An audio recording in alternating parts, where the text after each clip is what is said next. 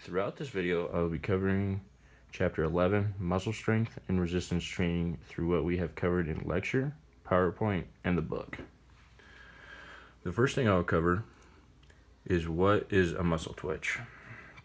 A twitch is a muscle contraction that occurs in response to a single rapid stimulus that evocates a single isolated action and potential in a muscle fiber.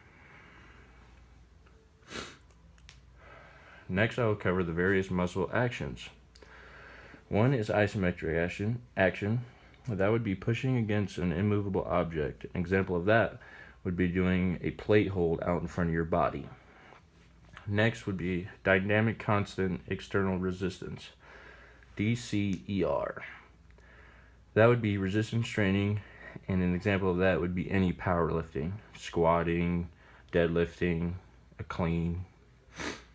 Next would be isokinetic action. This is mainly used in a rehab setting and a rebuilding stages. Next would be concentric, and an example of that would be doing a hamstring curl.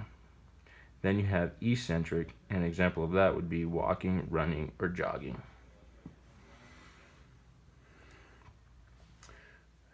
Now the next thing I'll cover is the potential health-related benefits of resistance training.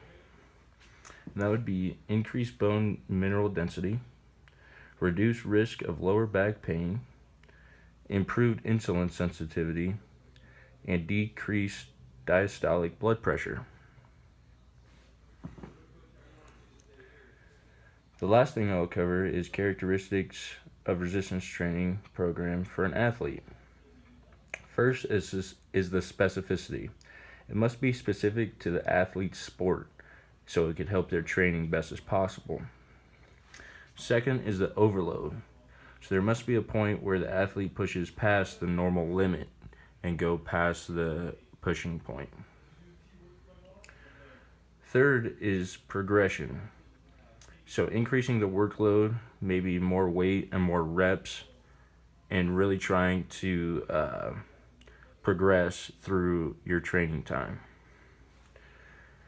And next would be periodization.